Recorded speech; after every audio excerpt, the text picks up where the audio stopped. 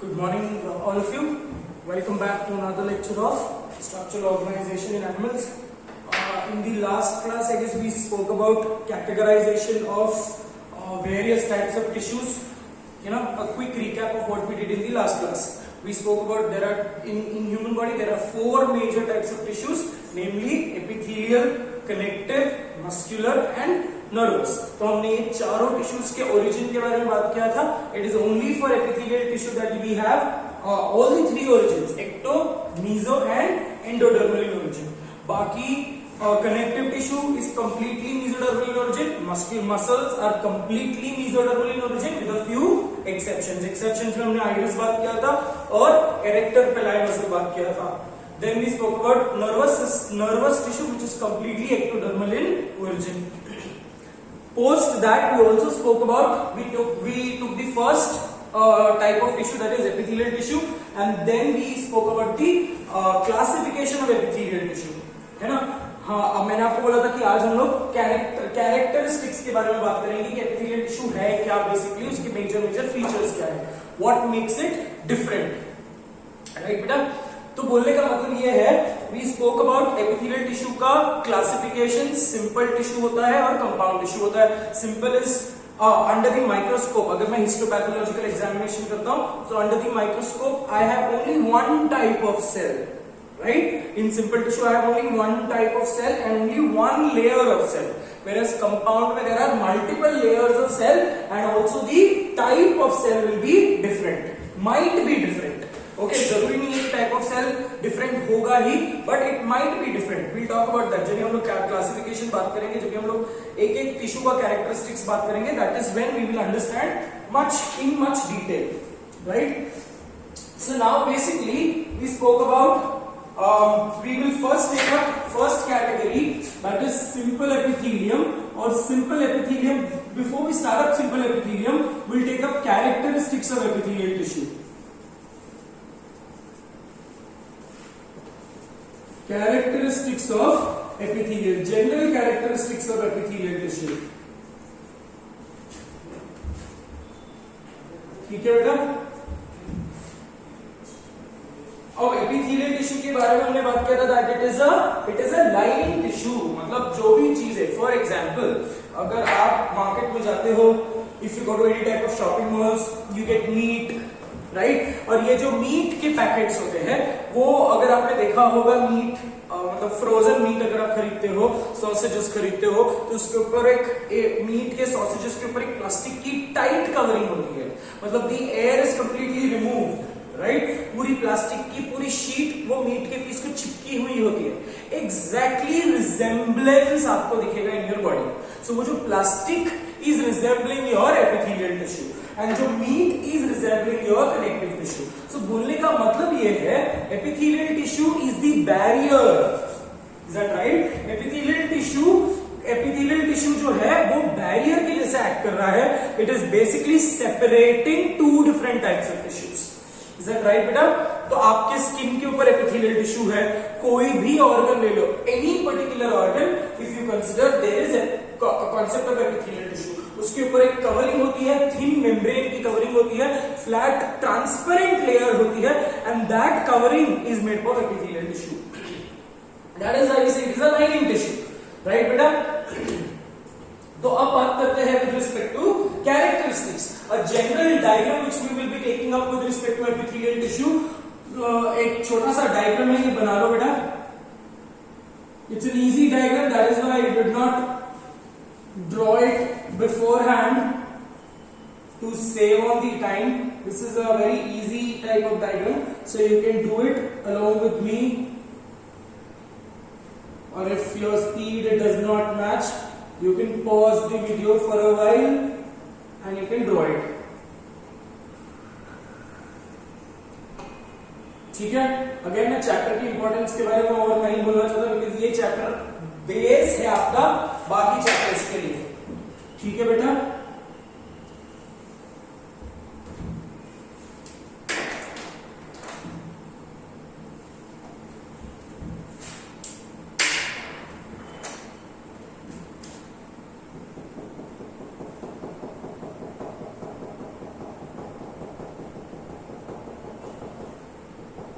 ये डायग्राम ऐसे बना लो बेटा।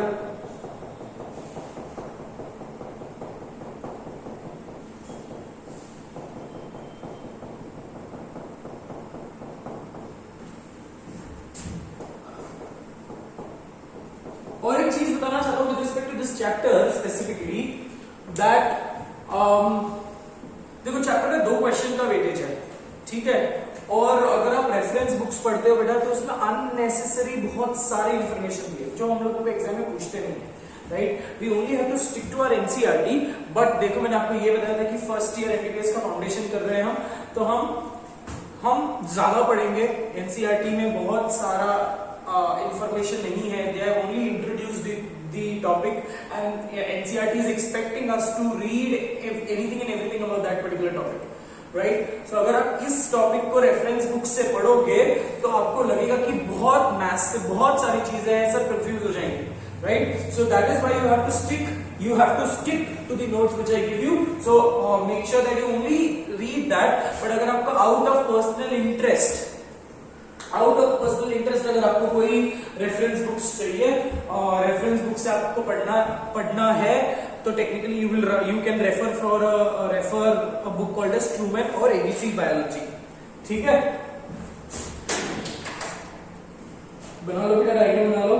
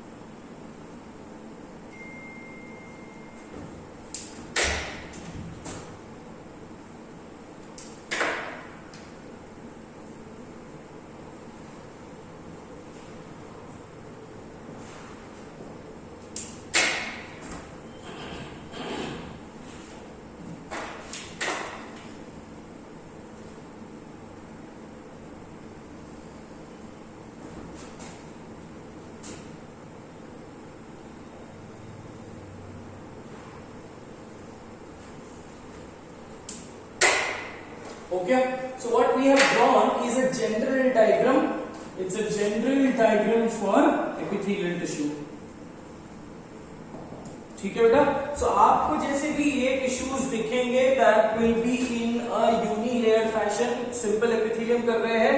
But if you talk about one important feature of epithelial tissue जो कोई और टिश्यू में नहीं है, it is an exclusive feature of epithelial tissue. Exclusive का मतलब आप समझते हैं, it's an English term which means only and one and only के लिए।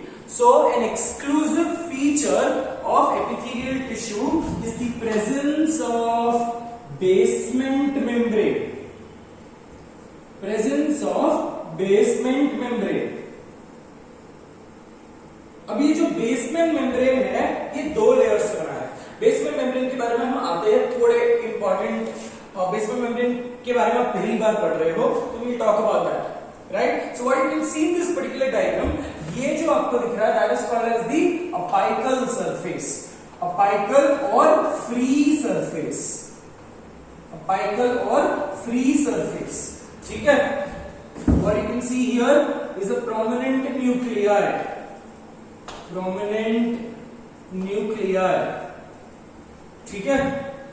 अब बेसमेंट मेम्ब्रेन के 2 मेजर कंपोनेंट्स है, ठीक है।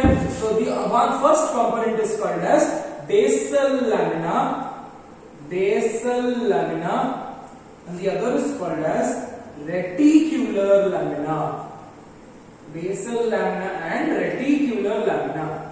Now a few words which you need to be used to, accustomed with is basal का मतलब समझते हो आप, बेस, लैमिना का मतलब क्या है बेटा? लैमिना कहीं पे भी, anywhere in biology if you hear the word lamina, lamina refers to flat surface. Lamina refers to flat surface. Reticular refers to dense network. Dense network मतलब मैं आपको ये टर्म्स की मीनिंग बताने की कोशिश कर रहा हूं. So next time when you hear this word, you will have to correlate with that. ठीक है? So bio becomes easy if you are very good with dumb charades. dumb charades समझते हो, है ना? मूवी का नाम दिया जाता है, फिर एक्टिंग करके बताते हैं हम. So if you are very good with dumb charades, technically if you are very good with breaking, तो उसमें क्या करते हैं हम कि अगर कोई मूवी मिला उसको हम तोड़ कर वो वर्ड को ब्रेक करके भी try to explain, right?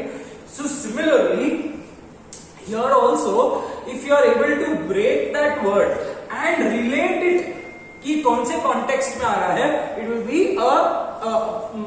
the work will be comparatively easier for you, right? So bio majorly लोगों को difficult इसलिए जाता है, स्पेसिफिकली एनिमल बायोलॉजी इसके लिए डिफिकल्ट जाता है बिकॉज टर्म्स बहुत सारे हैं और इतने कॉम्प्लिकेटेड टर्म्स है. इतने कॉम्प्लिकेटेड टर्म्स नहीं है बेटा. अगर आप चीजों को बाय हार्ट करोगे तो सब कुछ कॉम्प्लिकेटेड है.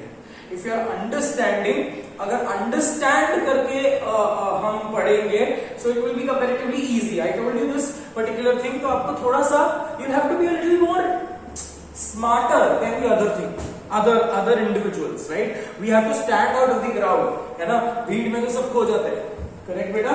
तो so you have to take an upper hand. Next time I will not be telling you reticular का मतलब क्या है, right? So reticular का मतलब आपको समझना चाहिए. कहीं पे भी reticular आए इसका मतलब dense network, एकदम नेटवर्क के जैसे होगा.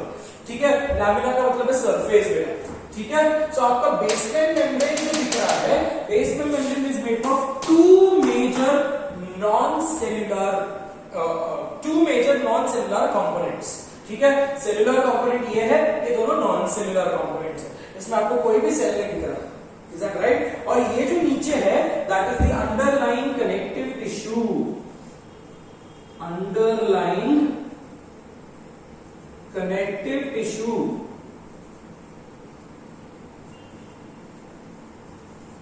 ठीक है बेटा? ये जो हमने डायग्राम बनाया, ये जो हमने बनाया that is the nerve supply.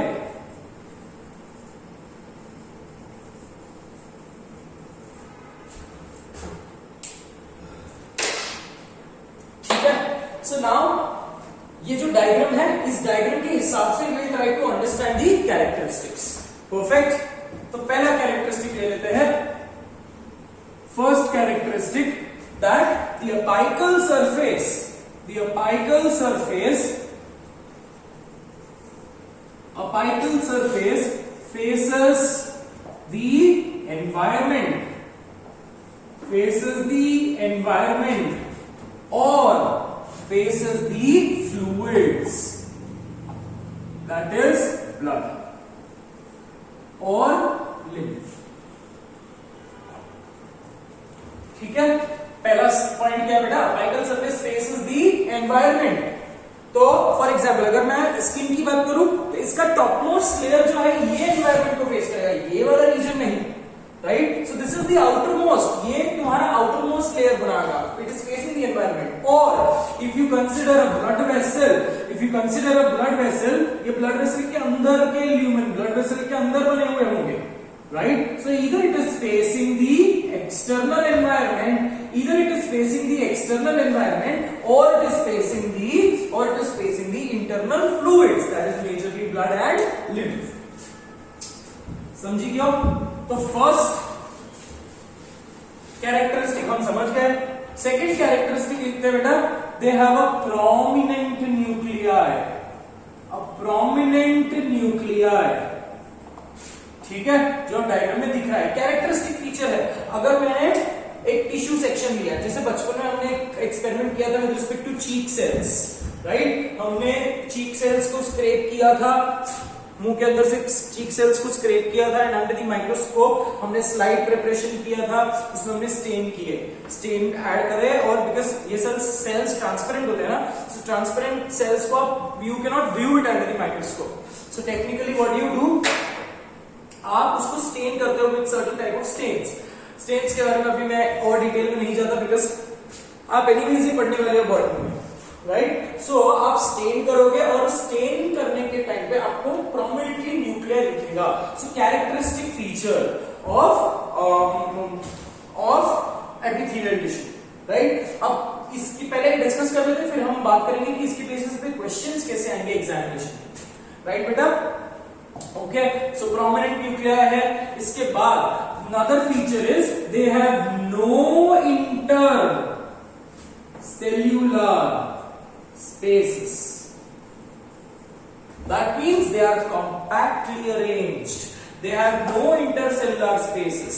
मतलब एक सेल और दूसरे सेल के बीच में there is no place. समझ में आ रहा है बेटा? In the last class we spoke about intercellular and intracellular. Intercellular is extracellular. Inter का मतलब क्या है? दो सेल के बीच में.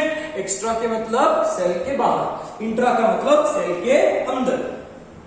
Right? So they have no intercellular spaces. Right? So अगर no intercellular spaces है, इसका मतलब can I call them as they are compactly arranged. They are compactly arranged. ठीक है? फोर्थ कैरेक्टरिस्टिक फीचर क्या है बेटा? They are compactly arranged हो गया, no intercellular spaces हो गए, ठीक है? They are avascular.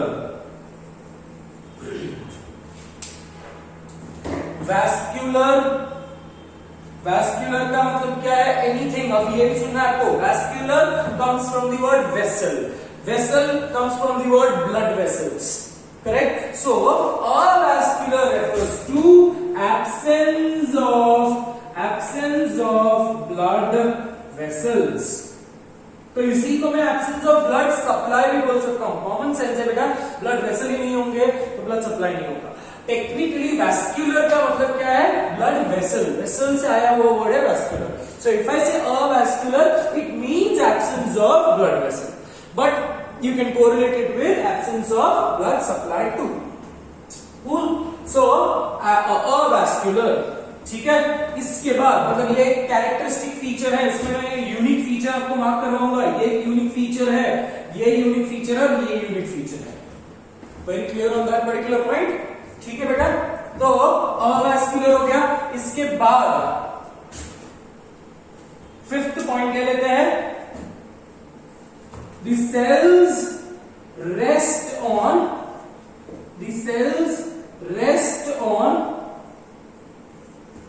basement membrane.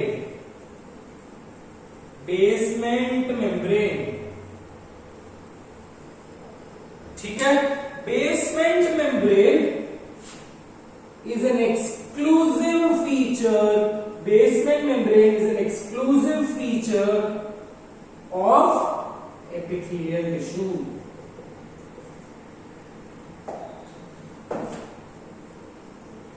ठीक है?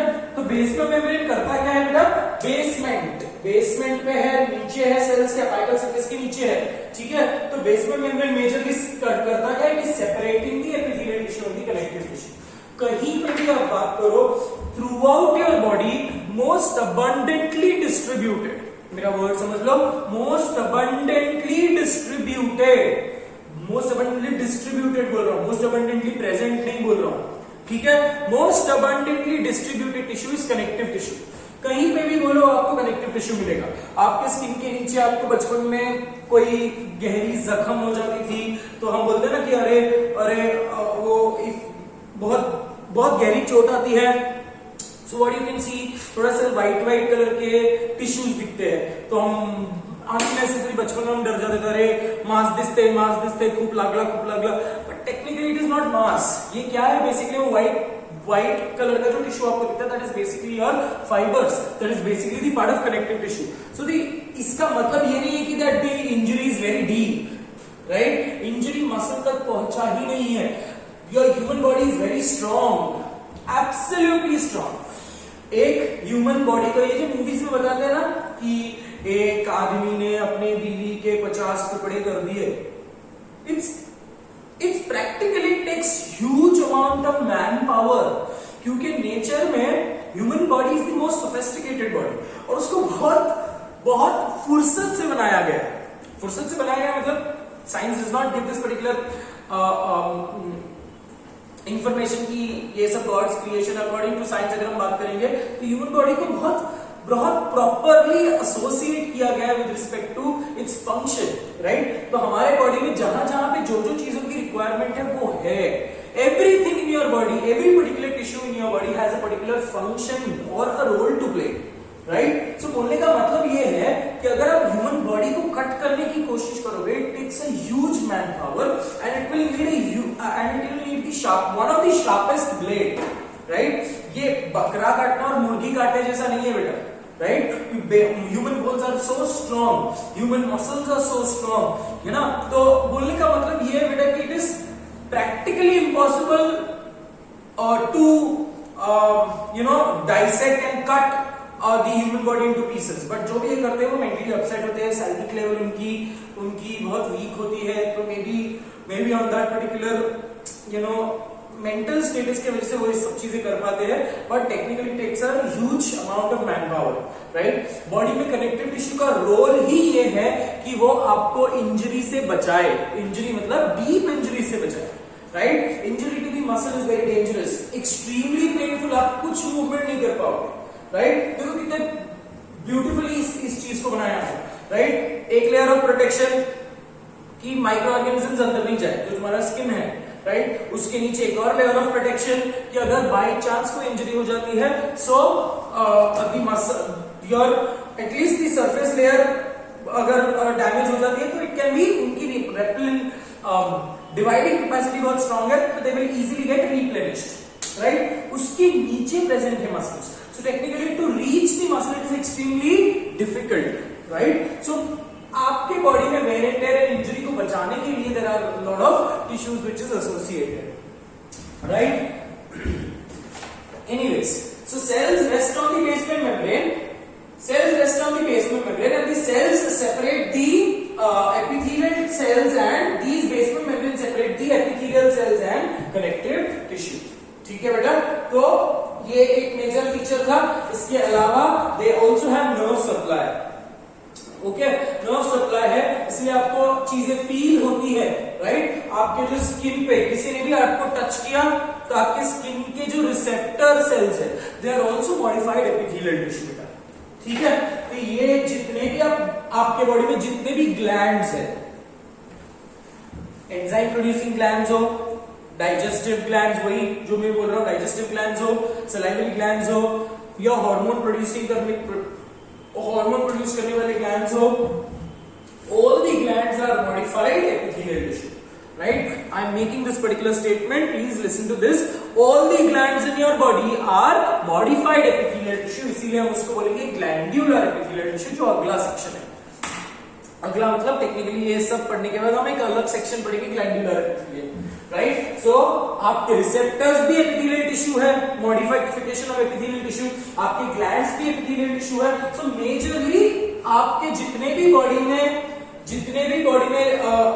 सेंसरी इनपुट्स लेके जाने वाले मेजर सेल्स है वो सारे epithelial tissue. So this is majorly with respect to general features of epithelial tissue. We have to focus a little more on basement membrane. ठीक है बेटा। तो बेसमेंट मेम्ब्रेन के बारे में बात करते हैं थोड़ा सा। तो बेसमेंट मेम्ब्रेन जो बना है, basement membrane is made of, it is अ, यहां पे लिखता हूं मैं, अलग सा पॉइंट बनाकर लिख लेंगे हम, बीएम। तो बीएम क्या है बेटा, बीएम इज असेल्यूलर, के बीच में डैश डालो या आप इसको नॉन सेल्यूलर लिख सकते हो। It is acellular layer, it is acellular layer, ठीक है। इसके दो कंपोनेंट्स हैं, राइट। दो कंपोनेंट क्या है बेटा, basal lamina and reticular lamina, ठीक है। Basal lamina and reticular lamina. Basal lamina कौन सेक्रेट करता है, ये कौन बना रहा होगा, कौन सेल्स, ये इसके कांटेक्ट में है तो ऊपर underlying above present epithelial tissue बनाएंगे। रेटिक्युलर लैमिना कौन बना रहा है, अंडरलाइंग कनेक्टिव टिश्यू बनाएगा। So basal lamina is secreted by ये पॉइंट ज्यादा इंपॉर्टेंट नहीं है, बेसल लैमिना मेरे पास एक्चुअली जगह नहीं है लिखने के लिए। Okay, I really don't want to erase that. चलो ठीक है, लिख लेते। इट इज सिक्रीटेड बाय, इधर बीच में पॉइंट लिखता हूं बेटा मैं, ठीक है।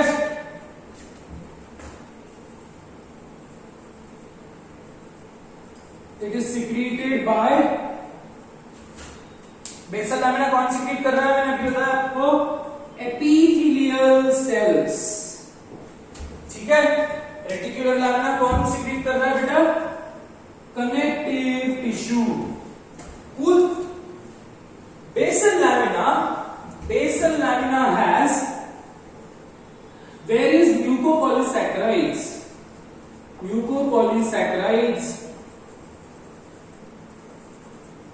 ठीक है। certain proteins like laminins,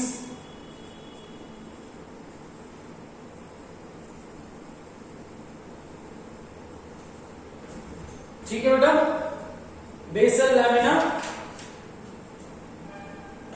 mucopolysaccharide है, उसमें ग्लाइकोप्रोटीन्स है और also certain proteins like laminin, ठीक है बेटा। अब रेटिकुलर लैमिना में मेजरली, रेटिकुलर लैमिना आपको जो दिख रहा है that is majorly a fibrous layer, ठीक है, मेजरली अ फाइब्रस लेयर। तो आपको म्यूकोपॉलीसैकेराइड है, ग्लाइकोप्रोटीन्स है, लैमिनिन है, वो बेसल लैमिना में मिलेंगे, ठीक है। रेटिकुलर लैमिना में आपको फाइब्रस लेयर मिलेगा बेटा। Okay, so these two components you have to remember with respect to basement membrane. अब एग्जाम में क्वेश्चन क्या आएगा आपको, कि आपको ये पूछेंगे which of the following statements, 4 statement दिया जाएगा, वो बोलेंगे कि which of the following statements are true, ठीक है। अब इसमें अगर 4 इनकरेक्ट दिए, 1 करेक्ट ढूंढना है, इजी। 4 करेक्ट दिए है, 1 इनकरेक्ट ढूंढना easy.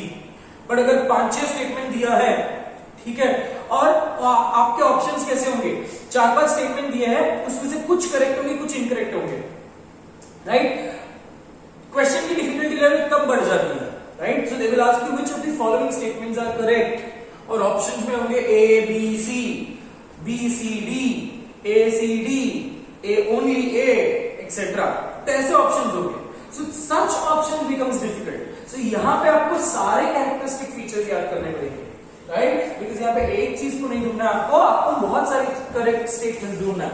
So such questions becomes extremely important and difficult with respect to exam point of view. So आपको ये कैरेक्टरिस्टिक फीचर्स याद करने हैं, ठीक है। So now with respect to, ये हो गया with respect to आपका जनरल कैरेक्टरिस्टिक फीचर, ठीक है। अब ये फाइबर मैंने आपको बताया है, ये फाइबरस लेयर जो है, the major fibre which you can see is collagen, ठीक है। अब ये collagen is an extremely important feature, और नॉन वेजिटेरियंस विल रिलेटेड कि जब आप मीट कंज्यूम करते हो तो एक स्लाइमी लेयर जो आपको मिलता है, that is all completely made of collagen. जो आपको व्हाइट कलर का जो टिश्यू दिखता है when you have a cut or an injury, that is collagen. So collagen is one protein which is very strong. Proteins में बहुत ताकत है बेटा, ठीक है, बहुत ज्यादा ताकत है। Even if you talk about your hair strand is also extremely powerful, ठीक है। ऐसा एक रफ आइडियोलॉजी है, एक रफ फैक्ट है that one strand of hair is able to manage a tension of 5 kilos.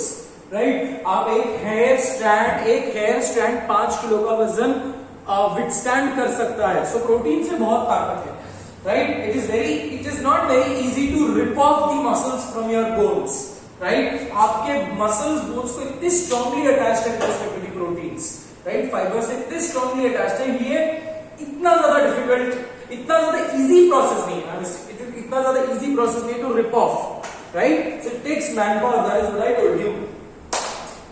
तो सावधान इंडिया, क्राइम पेट्रोल, ये सब देखना बंद करो, है ना, it has all negative impacts on you, right. So let your parents see it.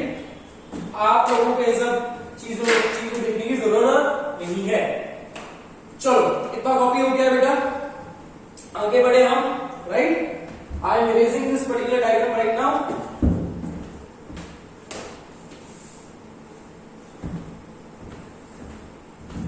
Let's take up simple epithelium. ठीक है बेटा, आज हम लोग सिंपल एपिथेलियम के दो मेजर कैरेक्टरिस्टिक्स पढ़ेंगे और दो सबसे इंपॉर्टेंट और जिसमें सबसे ज्यादा कॉन्सेप्ट है वो पढ़ेंगे। ठीक है,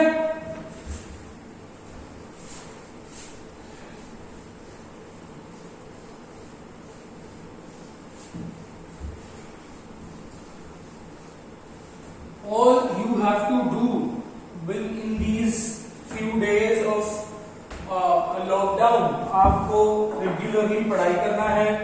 रेगुलरली जो भी लेक्चर्स आपको हो रहे हैं, ठीक है, 3 हफ्ते में 3 मेरे लेक्चर्स होंगे आपको पोस्टेड। सो रेगुलरली आप लेक्चर्स देख लो, नोट्स बना लो बेटा। ठीक है, and one more important thing is keep praying, right? Because I personally believe that prayers work, they do a lot of work, right? They आपको मेंटली वो सपोर्ट करते हैं, राइट? सो आपका एक जो फियर होता है कि मैं एग्जाम में परफॉर्म कर पाऊंगा नहीं कर पाऊंगा, या फिर ये जो इतनी सारी बुरी चीजें हो रही है बेटा, so always keep praying, keep radiating positive energy, keep imbibing positive energy, try to meditate 15 minutes at least. ठीक है, 15 मिनट्स आप सिंपल ब्रीदिंग एक्सरसाइज भी करोगे तो आपकी कॉन्सेंट्रेशन इंक्रीज होगी। And breathing exercises are pretty simple. ठीक है, आपको कुछ भी नहीं करना है, you start with the basic one. ठीक है, आप 6 सेकेंड्स के लिए ब्रीथ इन करो, 3 सेकेंड्स के लिए ब्रीथ को होल्ड करो, फिर वापस 6 सेकेंड्स के लिए आप एक्सहेल करो, फिर होल्ड करो, फिर breathe. So it is 6 3 6 3। Inhale 6, then hold for 3 seconds, exhale 6, then hold for 3 seconds. ठीक है बेटा, ये प्रैक्टिस करो, आप छोटे हो भी, है ना, and you will have to develop these particular skills, right? So meditation at least 15 minute. देखो बेटा, 15 मिनट तो हमारे बिजी स्केड्यूल से हम निकाल ही सकते हैं, right? And if that 15 minutes is you know inch by inch, if it is doing good to you, है ना, तो वो 15 मिनट की वैल्यू आज आपको नहीं पता चलेगी, but over a period of time आपको समझ में आ जाएगी, है ना?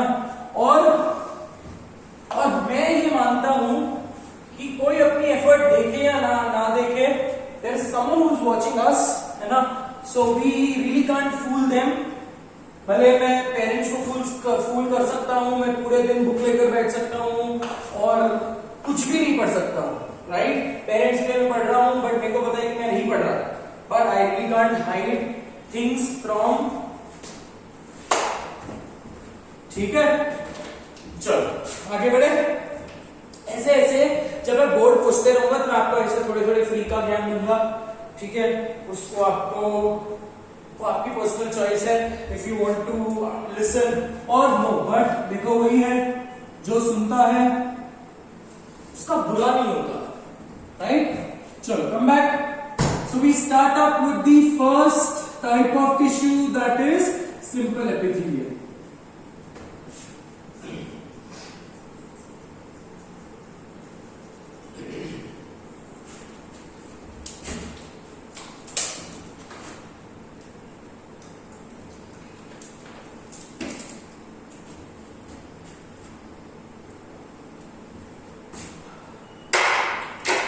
सिंपल एपिथेलियम में हमने कैरेक्टरिस्टिक फीचर लिख लिए थे कि क्या है, एक टाइप के सेल्स हैं यूनिलेयर। चलो सिंपल एपिथेलियम का पहला टिश्यू ले लेते हैं। सिंपल एपिथेलियम का पहला टिश्यू क्या है बेटा?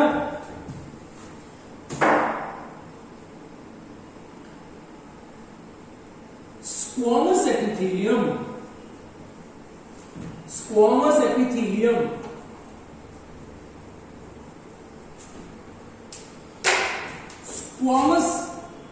स्क्वामस का मतलब है flat. Okay, flat, simple squamous. देखो, मैं बार सिंपल नहीं लिख रहा हूं, बट आपको ये लिखना पड़ेगा। अगर आपको एग्जाम में जो ऑप्शन आएंगे वो ऐसे आएंगे, सिंपल एपिथेलियम, कंपाउंड एपिथेलियम। अगर एग्जाम में ऑप्शन में सिर्फ स्क्वामस एपिथेलियम दिया है, ठीक है, उसके आगे सिंपल कंपाउंड कुछ भी नहीं दिया है, तो अनडाउटेडली आपको समझना क्या है, you have to assume that as simple epithelium only. Because अगर वो कंपाउंड एपिथेलियम के बारे में बोलना चाहेंगे, दे विल स्पेसिफिकली इंट्रोड्यूस और use the word compound. Very clear? So अगर सिर्फ स्क्वामस एपिथेलियम बोला है बेटा, तो आपको समझना की है सिंपल एपिथेलियम है। ठीक है, स्क्वामस का मतलब क्या है? फ्लैट। ठीक है बेटा, सो एक क्विक छोटा सा डायग्राम बना लेते हैं फटाफट, ठीक है। आई टोल्ड यू हम एक ही पर्टिकुलर पैटर्न में जाएंगे, ठीक है। पैटर्न क्या होगा? Name, diagram, characters, occurrence and function, ठीक है। तो फटाफट हम एक डायग्राम बना लेंगे इसका। इसकी डायग्राम इजी है, so I don't have to pre draw the diagram.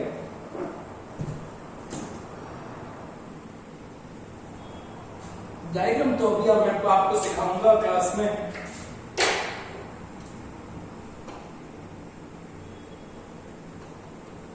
NCERT में डायग्राम बेस्ड क्वेश्चंस भी आते हैं, नीट में सॉरी, और वो जो भी डायग्राम बेस्ड क्वेश्चंस आएंगे all the diagrams are associated with NCERT, ठीक है।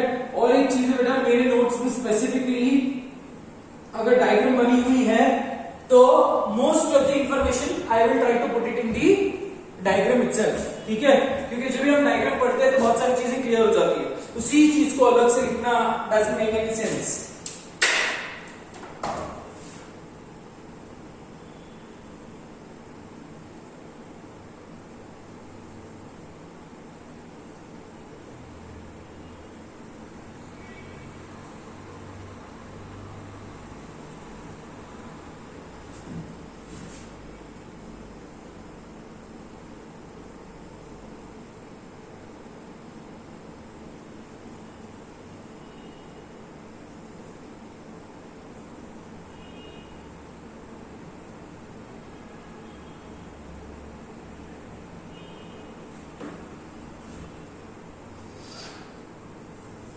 ये 3 डायमेंशनल डायग्राम है बेटा, ठीक है। न्यूक्लियस बना लो, प्रोमिनेंट राउंड न्यूक्लियस आपको बनाना है, राउंड के अलावा कोई भी शेप नहीं बनाना।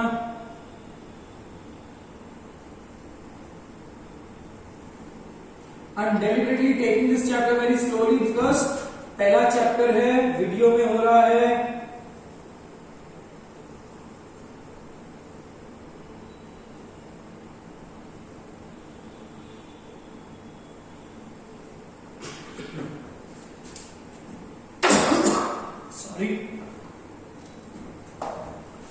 ये आपका न्यूक्लियस,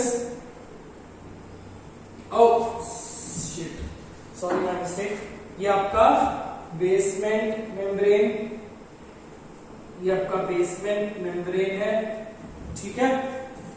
ये आपका राउंड न्यूक्लियस है, ठीक है। इसी में कैरेक्टरिस्टिक फीचर लिख लेंगे, ठीक है ना। और ये जो आपके सेल्स है they are flat polygonal cells, ठीक है। तो पहला कैरेक्टरिस्टिक फीचर क्या है? First characteristic feature is they are polygonal shape flat cells, ठीक है। सेकंड कैरेक्टरिस्टिक फीचर क्या है? They have a round nucleus, prominent and round nucleus, ठीक है। जैसे जैसे न्यूक्लियस, जैसे जैसे सेल्स की साइज बड़ी होती जाएगी, न्यूक्लियस की शेप भी चेंज होते जाएगी, ठीक है। चलो, 2 कैरेक्टरिस्टिक फीचर हमारे आ गए, ठीक है बेटा। बेसमेंट मेम्ब्रेन तीसरा कैरेक्टरिस्टिक फीचर है, बेसमेंट मेम्ब्रेन है इसमें, ठीक है। इसके अलावा 2 इंपॉर्टेंट चीज आपको याद करनी है, दैट स्क्वामस एपिथेलियल टिश्यू और squamous epithelium can be used into, ये जो वर्ड है स्क्वामस एपिथेलियम को हम 2 टाइप के एपिथेलियम, 2 अलग अलग नेम से भी इंट्रोड्यूस कर सकते हैं। Something called as tessellated epithelium, टेसेलेटेड, इसी को ही हम बोलते हैं टेसेलेटेड एपिथेलियम। एंड दूसरा फीचर, दूसरा वर्ड है पेवमेंट एपिथेलियम, पेवमेंट एपिथेलियम, ठीक है। टेसेलेटेड का मतलब है, टेसेलेटेड का मतलब है wavy, pavement means tile like. So at certain places in your body, these epithelial tissue forms tile-like appearance, ठीक है, flat tile-like appearance। अब tile-like appearance आपको कहां पे दिखेगा? फॉर एग्जाम्पल इन alveoli, ठीक है, आपके लंग्स में छोटे छोटे बलून लाइक स्ट्रक्चर्स है। ये बलून लाइक स्ट्रक्चर्स जिससे बने हैं वो जो cells they will appear tile like, flat टुकड़े जैसे फ्लोर के टाइल्स होते हैं वैसे। ठीक है, आपने क्रेजी पेविंग देखी है कि कभी? क्रेजी पेविंग को टेरेस में बचे हुए टाइल्स, टुकड़े टाइल्स से जो टेरेस में वो पेविंग बनाते हैं, है ना, तो वो कैसा दिखता है? एग्जैक्टली वैसा। So tile like appearance in certain areas, just like in your blood vessels, वो आपको वेवी दिखेंगे। ये जो सेल्स आपको दिखेंगे थोड़ा सा वेवी अपीयरेंस में दिखेंगे। So it is called as tessellated epithelium. कहां पे टेसेलेटेड एपिथेलियम कहां पे बोलेंगे? एग्जाम्पल कहां पे बोलेंगे बेटा हम? In blood vessels, blood vessels, inner lining of blood vessels. Pavement epithelium example हम बोलेंगे इन एल्वियोलाई। समझा है बेटा? ठीक है, अब यहां पे मैं आपको 2-3 न्यू टर्म्स इंट्रोड्यूस करने वाला हूं, थोड़ा सा ध्यान से सुनना। सो फ्लैट पॉलीगोनल सेल्स है। फ्लैट पॉलीगोनल सेल्स अब ऐसा है कि फ्लैट सेल्स है तो ये कोई फ्लैट सरफेस को कवर करेंगे, right? So wherever in your body you have flat surface, or wherever in your body you have to cover an organ, right? तो एक ऑर्गन को कवर करने के लिए आपको फ्लैट चीजें ही चाहिए, करेक्ट? तो फ्लैट, जहां पे भी फ्लैट सर्फेसेस आएंगे आपको स्क्वामस एपिथेलियम याद करना है, ठीक है? और अब आता है क्यूबॉइडल एंड कॉलमनार। देखो अब ये आपको टाइट के जैसे दिख रहा है, क्यूबॉइडल आपको बड़े थोड़े से बर्फ के टुकड़े के जैसा दिखेगा, कॉलमनार आपको पिलर के जैसे दिखेगा। सो कॉमन सेंस लगाओ बेटा, अगर मेरे को एक पिलर बनाना है तो मैं टाइल यूज नहीं कर सकता ना, मेरे को ईंट यूज करने पड़ेंगे। अगर मैं बिल्डिंग का पिलर बना रहा हूं तो I will have to use brick, and you columnar and cuboidal epithelium are associated, they resemble brick, right? So cuboidal epithelium जो है वो बॉडी के छोटे ट्यूब्स को लाइन करेंगे। Tube is resembling your pillar, right? Columnar epithelium, cuboidal epithelium छोटे tubes को line करेंगे, कॉलमनार एपिथेलियम बड़े ट्यूब्स को लाइन करेंगे, ठीक है? तो otherwise wherever you have flat surfaces you have to understand कि वो स्क्वामस एपिथेलियम हो सकता है, ठीक है बेटा? ऑलराइट, इसके अलावा now let's try to understand the occurrences कि कहां पे होता है। हर एक ऑकरेंसेस समझेंगे and then we try to understand, ठीक है? कैरेक्टरिस्टिक फीचर मैंने इधर ही लिख दिया है बेटा। First characteristic feature, second characteristic feature, third characteristic feature, this is also called as fourth characteristic feature. Very clear? चलो ऑकरेंसेस लिखते हैं और लोकेशंस भी लिख सकते हो आप। सो पहला ऑकरेंस हम लिखेंगे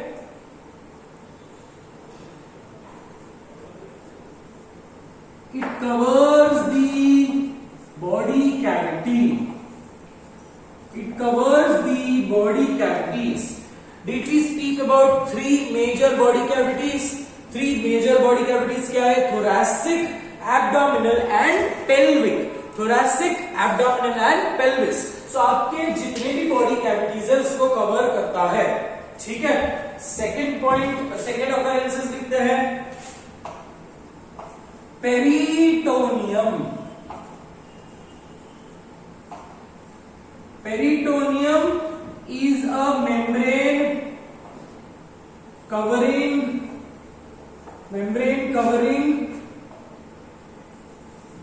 the abdominal cavity,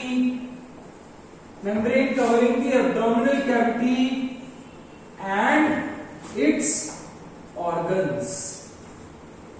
Abdominal cavity and its organs. अब पेरिटोनियम समझ लीजिए, बहुत एक स्मार्ट मैकेनिज्म ये समझते हैं, ठीक है? हाँ चलो abdominal cavity के पास जाते हैं। इमेजिन करो कि आपने abdominal cavity ओपन कर रखी है, ठीक है? आपने यहाँ पे कट मारा है एंड आपने इधर जो सबक्यूटेनियस मसल और फैट है उसको लिफ्ट किया है। Now what you can see is your completely super coiled intestine. आपको दिखेगा स्टमक, आपको दिखेगा थोड़ा सा सेक्शन लिवर आपको दिखेगा। So all of these organs of your alimentary canal और all of these organs of your digestive system are properly placed. इनको अपने जगह पर कौन रखता है, right? Why don't your liver, आप उठते दौड़ते हो, your liver does not push down or it come down, right? आपका स्टमक अपने जगह से डिस्प्लेस क्यों नहीं होता? Why are these organs properly placed at their original position? आपका जो स्मॉल इंटेस्टाइन, लार्ज इंटेस्टाइन है, ये सुपरकॉइल्ड स्ट्रक्चर्स हम बोलते हैं। तो ये सुपरकॉइल्ड स्ट्रक्चर्स को सुपरकॉइल्ड बनाकर वहां पे चिपकाया किसने है? तो that is all with respect to peritoneum. तो इसको समझने के लिए विल ट्राई टू अंडरस्टैंड। आप इमेजिन कर लो कि आपके पास एक बड़ा सा प्लास्टिक शीट है। इमेजिन कर लो कि आपके पास एक बड़ा सा प्लास्टिक शीट है बेटा, ठीक है?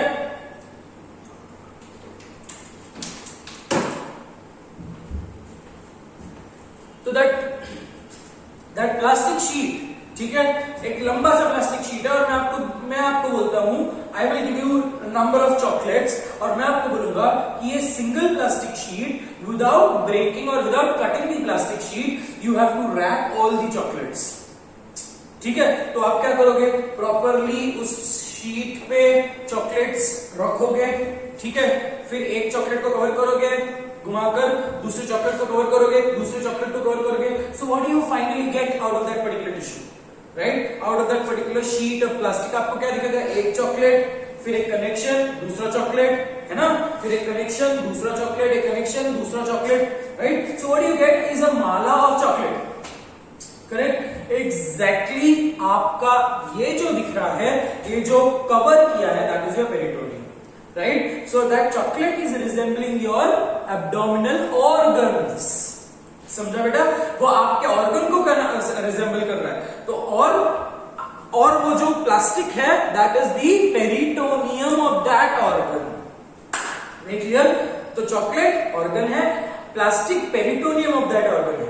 तो फॉर एग्जाम्पल लिवर को पेरिटोनियम का कवर है, फिर एक थिन कनेक्शन आता है, स्टमक को कवर करता है, फिर एक थिन कनेक्शन आता है, इंटेस्टाइन को कवर करता है, थिन कनेक्शन आता है, आपके गॉल ब्लैडर को चिपका के रखता है। So all your organs are associated with peritoneum. अब पेरिटोनियम को और डिटेल में हम डाइजेस्टिव सिस्टम में पढ़ेंगे, राइट?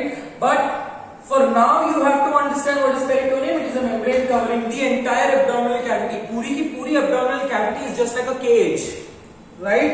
पूरी abdominal cavity को पेरिटोनियम का कवर है, और यही पेरिटोनियम की ही एक्सटेंशंस आपके सारे ऑर्गन्स को भी कवर करेंगे, right? So it is this peritoneum is associated with attachment of your organs to the body wall. समझे बेटा? सो आपका पेरिटोनियल कैविटी है। इसके बाद दूसरी एक और कैविटी लिख लेते हैं हम। तीसरा लोकेशन में हम लिखेंगे pericardial cavity. Pericardial cavity, pericardial, peri का मतलब क्या है? Periphery, right? पेरीफेरी या पेरीमीटर मतलब बाउंड्री, ठीक है? सो पेरिकार्डियल मतलब around the heart, around the heart. और एक लोकेशन लिख लेंगे peripleural cavity. Peripleural cavity, peripleural cavity का मतलब pleura associated with lungs, so it is around the lungs, ठीक? ओके, पेरिकार्डियल कैविटी हो गया, पेरीप्लूरल कैविटी हो गया। इसके अलावा और एक लोकेशन लिख लेंगे बेटा, एंडोथीलियम। एंडोथीलियम क्या है? Endothelium is a part of, मतलब another name given to the epithelial tissue which lines the cardiovascular system. So epithelium tissue, endothelium क्या है? Epithelium, it is the epithelium lining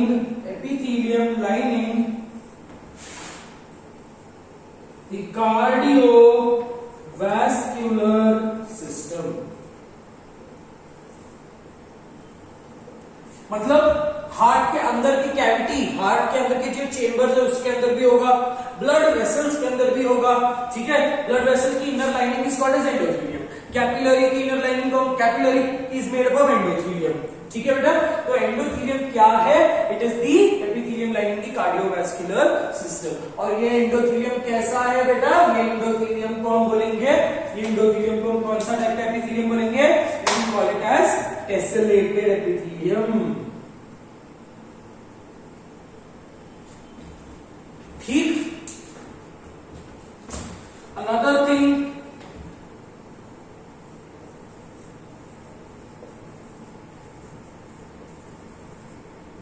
mesothelium. Mesothelium is also surrounding. Mesothelium is also surrounding body cavities. ठीक है। इसके अलावा चलो इतने location हो गए, 5 लोकेशन हो गए। 6th लोकेशन देखते हैं बेटा, और कहां पर प्रेजेंट होगा? Let's try to understand this. हाँ,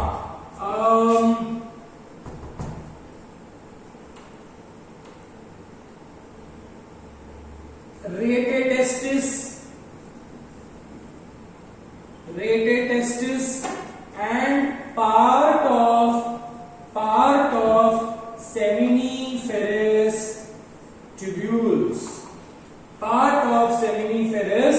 tubules, ठीक है। rated testis and seminiferous tubule, ये टेस्टिस का पार्ट है। अगर मैं टेस्टिस की इंटरनल स्ट्रक्चर या फिर हिस्टोलॉजी देखूं तो आपको उसके अंदर कॉइल्ड, डेंसली कॉइल्ड ट्यूब्स दिखेंगे। अब सेमिनिफेरस ट्यूब्यूल में 2 टिश्यूज होते हैं बेटा, ठीक है। उसमें क्यूबॉइडल भी होता है, स्क्वामस भी होता है। सो एट सर्टेन प्लेसेस, इसलिए मैंने लिखा part of seminiferous tubule, right, क्योंकि हम सेमिनिफेरस ट्यूब्यूल उधर भी लिखेंगे, ठीक है। Part of seminiferous tubule and rated testis. Rated testis is a dense network of connection in your testis, ठीक है। सो रेटेड टेस्टिस। इसके अलावा नेक्स्ट इज membranous labyrinth,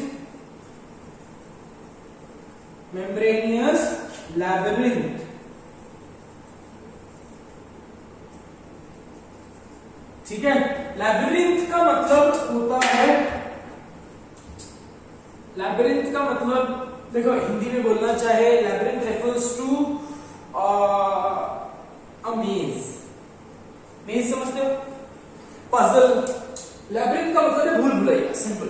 मतलब आपको समझ, आप कहां से एंटर कर गए, कहां से एग्जिट कर गए, आपको समझ में नहीं आता, ठीक है। So membranous labyrinth of year,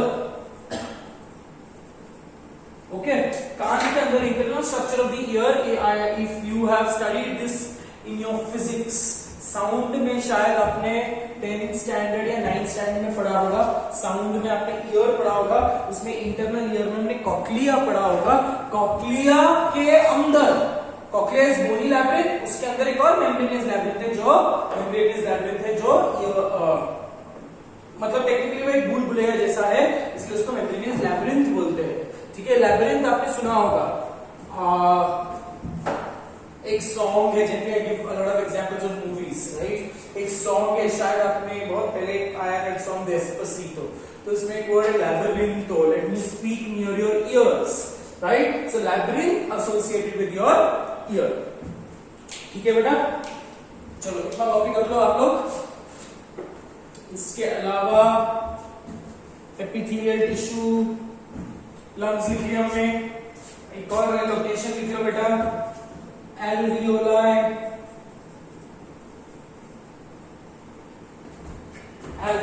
of lungs,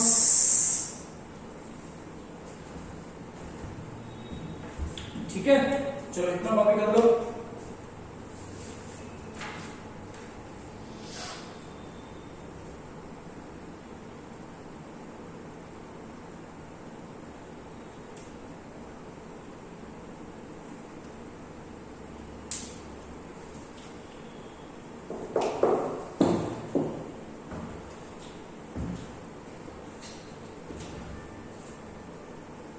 चलो इसका फंक्शन मेजरली हम ये लिखेंगे कि फंक्शन क्या है। अब एल्वियोलाई में इसका फंक्शन क्या होगा?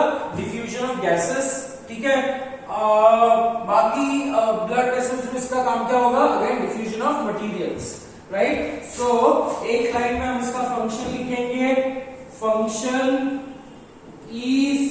डिफ्यूजन फ्लैट टाइल्स है ना, तो इसमें से डिफ्यूजन इजीली पॉसिबल है। ब्रिक में से डिफ्यूजन पॉसिबल नहीं होगा, इसलिए क्यूबॉइडल एपिथेलियम में से डिफ्यूजन पॉसिबल नहीं होगा। सो क्यूबॉइडल एपिथेलियम का अलग फंक्शन है, हम लोग फंक्शन उसमें बात करेंगे। यहाँ पे फंक्शन क्या है? Diffusion, because it is a flat surface.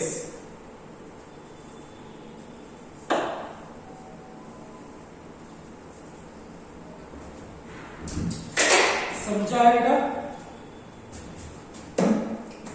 All right, so that is all. इतना आपको पढ़ना है with respect to squamous epithelium. चलो अब हम सेकेंड टाइप ऑफ एपिथेलियम ले लेंगे। सेकेंड टाइप ऑफ एपिथेलियम, ये दो एपिथेलियम टिश्यू है जहां पे आपको मैक्सिमम लोकेशंस होंगे, मैक्सिमम ऑकरेंसेस पढ़ने, बाकी सब में एक एक दो ऑकरेंसेस पढ़ने होंगे, बिकॉज ये वाइडली प्रेजेंट है, इसलिए आपको ये बहुत जगह पे पढ़ना पड़ेगा। ठीक है, चलो I am erasing this much. Any concerns with respect to your understanding, any doubts with respect to the following lectures, please post it on classroom, right? Do not post it on WhatsApp, because WhatsApp में बाकी teachers को disturbances होंगी, है ना? And I will not be able to answer your doubts in the WhatsApp group, right? So let's discuss our subject मतलब जो भी हमारा सब्जेक्ट है उसको हम क्लासरूम ऐप में डिस्कस करेंगे। So you can post, you can shoot up any particular doubts regarding the chapter, okay? Or else if you want to with respect to, देखो अभी फ्रेश तुम लोग स्टार्ट कर रहे हो, अगर आपको कोई सजेशंस चाहिए, कोई गाइडेंस चाहिए, तो also you can ping on classroom, right? So ये सेपरेटेड कस्टमाइज्ड होगा हमारे सब्जेक्ट के रिलेटेड, ठीक है? चलिए let's move on to cuboidal epithelium।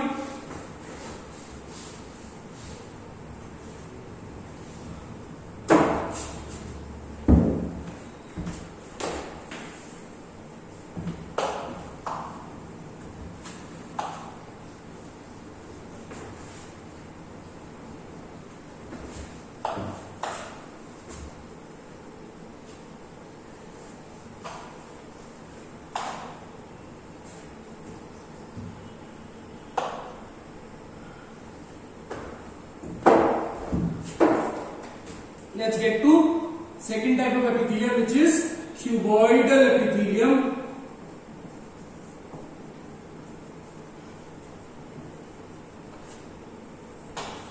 Okay, इसका डायग्राम बना लो। इसके दो डायग्राम मैं आपको दे रहा हूं।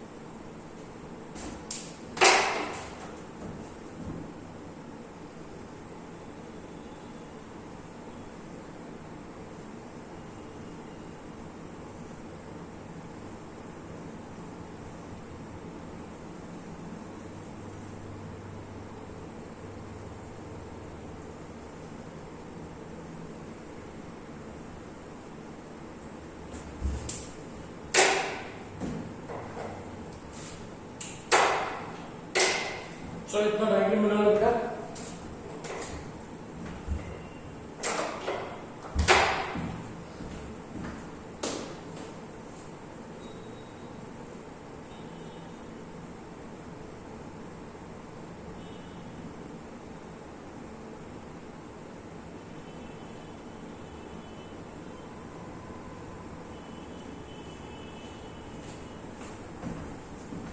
ओके, क्यूबॉइडल एपिथेलियम आपको कैसा दिखेगा? क्यूबॉइडल शेप के सेल्स होंगे, ठीक है? इसी सेल का एक मॉडिफाइड वर्जन है जिसको बोलते हैं ब्रश बॉर्डर एपिथेलियम। 2 मिनट में आते पहले लेबल कर लेते हैं, ठीक है। तो पहला कैरेक्टरिस्टिक फीचर क्या है? पहला कैरेक्टरिस्टिक फीचर हम लिखेंगे they are cuboidal shaped cells, they are cuboidal shaped cells, ठीक है।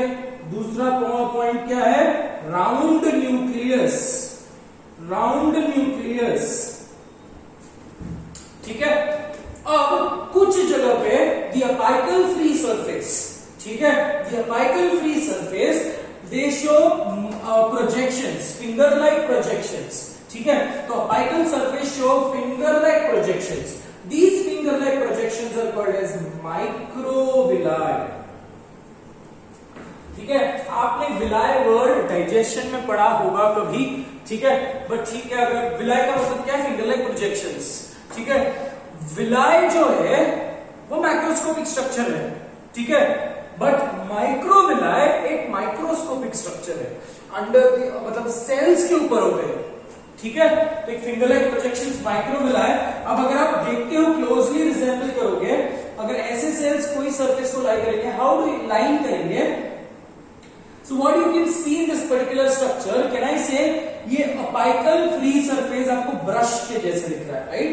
So brush they are also referred to as brush bordered epithelium, brush bordered epithelium, समझा बेटा? तो ब्रश बॉर्डर एपिथेलियम किसका मॉडिफिकेशन है? सिंपल क्यूबॉइडल का मॉडिफिकेशन है, simple cuboidal का मॉडिफिकेशन है। वेरी क्लियरली अंडरस्टूड बेटा, ठीक है। इसमें आप कंफ्यूज हो जाओगे, ब्रश बॉर्डर और सिलिएटेड। लोगों को लगता है अरे ब्रश पे तो बाल होते हैं और सिलिएटेड में भी बाल होते हैं, हेयर लाइक प्रोजेक्शंस होते हैं। There is a difference between hair like projections and finger like projections, ठीक है। ये इसके सेल मेम्ब्रेन का ही एक्सटेंशंस है, पेरिस्टीलिया सेल के अंदर से बाहर निकलता है, ठीक है। So brush border epithelium is not ciliated epithelium, it is a modification of cuboidal epithelium. यहां पे मैं आपको लिख लेता हूं,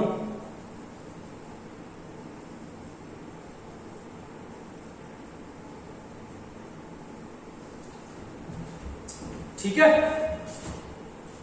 चलो, तो बेसिक चीजें बेटा, ये सब basic characteristic feature. Let's jump into the locations. Again I told you these 2 tissues are extremely important. क्यों? क्योंकि ये यहां पे आपको बहुत ज्यादा लोकेशंस आपको दिखेंगे, ठीक है। Let's try to understand the occurrences.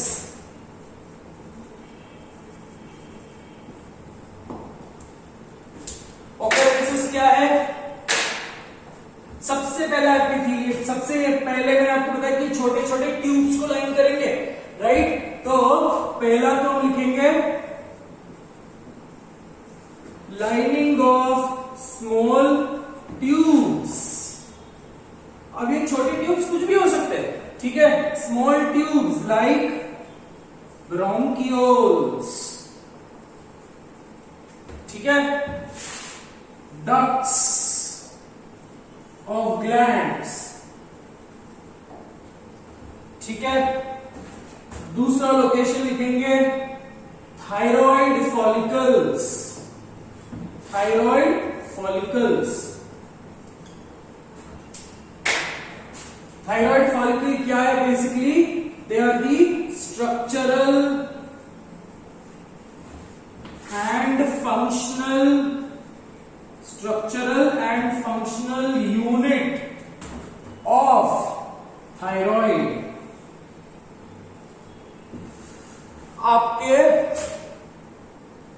आपके लैरिंग्स वॉइस बॉक्स के नीचे, आपके वॉइस बॉक्स के नीचे एक ग्लैंड है, again very important gland, that is thyroid gland, ठीक है।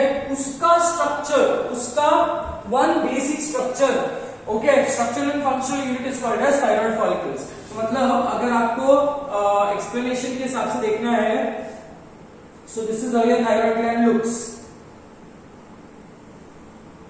ठीक है।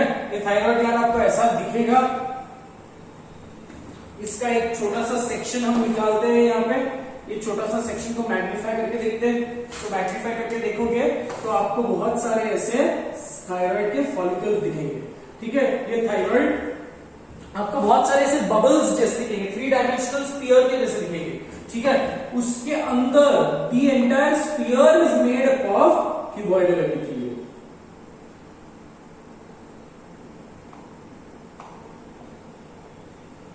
समझ रहे हो बेटा? तो एक पूरा 3 डायमेंशनल स्ट्रक्चर है जिसकी पूरी इनर लाइनिंग किससे बनी है? क्यूबॉइडल एपिथेलियम से बनी है बेटा, ठीक है। तो ये आपका क्या है? These are your thyroid follicles.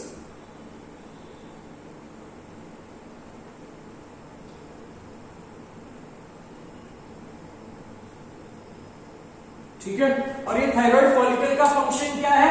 Thyroid follicle अंदर बनाएंगे, they will produce a hormone called as thyroxine. ठीक है बेटा। तो थायराइड ग्लैंड ये जो है it is thyroid hormone, thyroid hormone. ठीक है बेटा। तो थायराइड फॉलिकल्स ये एक लोकेशन हो गया। इसके बाद और एक लोकेशन ले लेते हैं, germinal epithelium. Very important location, ठीक है। जर्माइनल एपिथेलियम। अब जर्माइनल एपिथेलियम क्या है? जर्म, ठीक है। जर्म लेयर्स मतलब आपकी जो एम्ब्रियोनिक लेयर्स है। So germinal epithelium are those precursor cells for reproductive cells. It is this germinal epithelial cells which undergo meiosis. ठीक है बेटा। तो germinal epithelial cells क्या है? These are the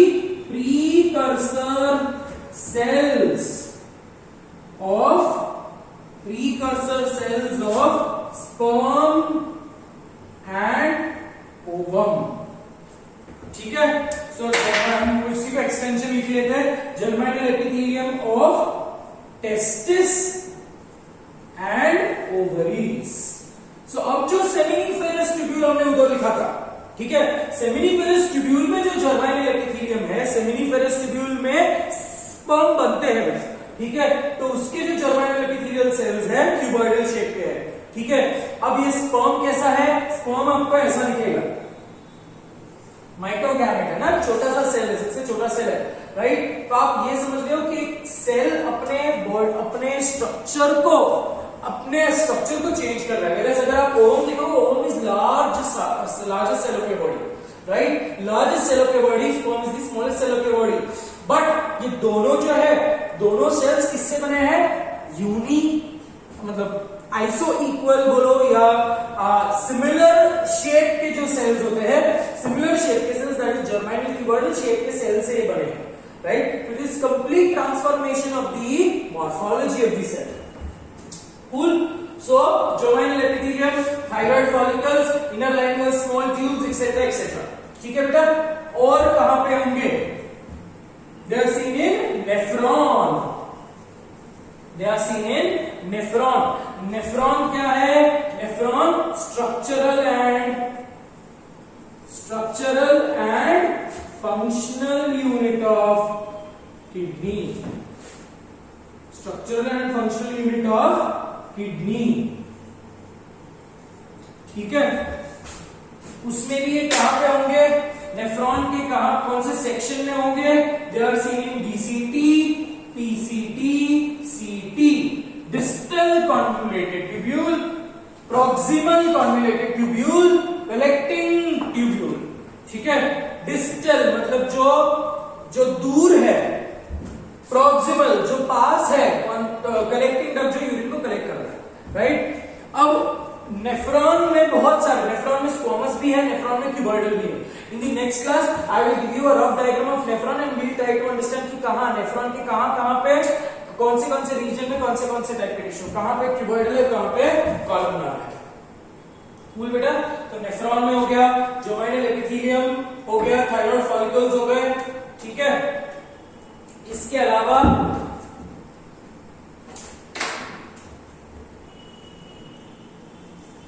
glands, major glands, इसके अलावा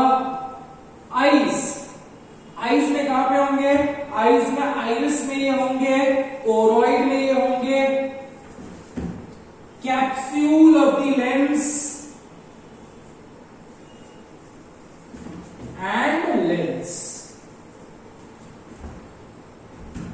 ठीक है, आईज में। तो आपको लोकेशन जो भी याद करना है ना स्क्वामस और क्यूबॉइडल का, लोकेशन ऑकरेंसेस एक बार पढ़ लो बेटा, और शांति से छिन्न मुद्रा में बैठना है, ठीक है, एकदम पार्टी मारकर बैठना है और शांति से चीजों को याद करना है फ्रॉम टॉप टू बॉटम, ठीक है।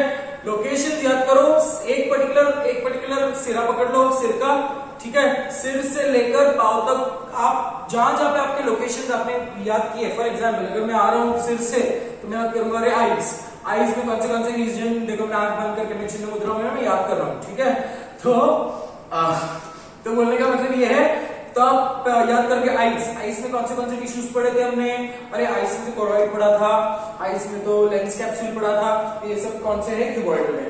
तो थोड़ा सा नीचे आते हैं और नीचे आएंगे, ऐसे हम सारे अल्टीमेटली जितने भी लोकेशंस है उसको ऐसे ही याद करेंगे, ऐसे एकदम मुद्रा में बैठेंगे और सब चीजों को याद करेंगे, ठीक है। So it becomes easier. एक पहली बार पढ़ोगे तो आपको डिफिकल्टी होगी, कंफ्यूजिंग होगा, but again if you are not doing anything to make it remember, है ना, तो it is pointless बेटा। आपको एक स्ट्रैटेजी बनानी पड़ेगी, you will have to do smart work, right? You will have to make mnemonics, you will have to make codes for yourself। कुछ चीजें मैं आपको दे दूंगा, कुछ चीजें आपको खुद से करनी है, right? You will have to do smart work। गधा मजदूरी तो सब करते हैं, right? भीड़ में तो सब चलते हैं, बट भीड़ के बाहर या फिर you have to stand out of the crowd. See मेरी Hindi is not that well and good, I really can't say बड़े मुहावरे in Hindi, right? So please excuse me for that, ठीक है। सो आईज के आइरिस, ठीक है, आंखों का सामने वाला प्यूपिल को जो कवर करता है, आंखों के जो लाइट की एंट्री को रेगुलेट करता है, choroid is the second layer of the eye, second layer of the eyeball. Capsule of the lens, आंखों के अंदर जो लेंस है, and itself lens is also made up of cuboidal epithelium. So ये आपको मेजरली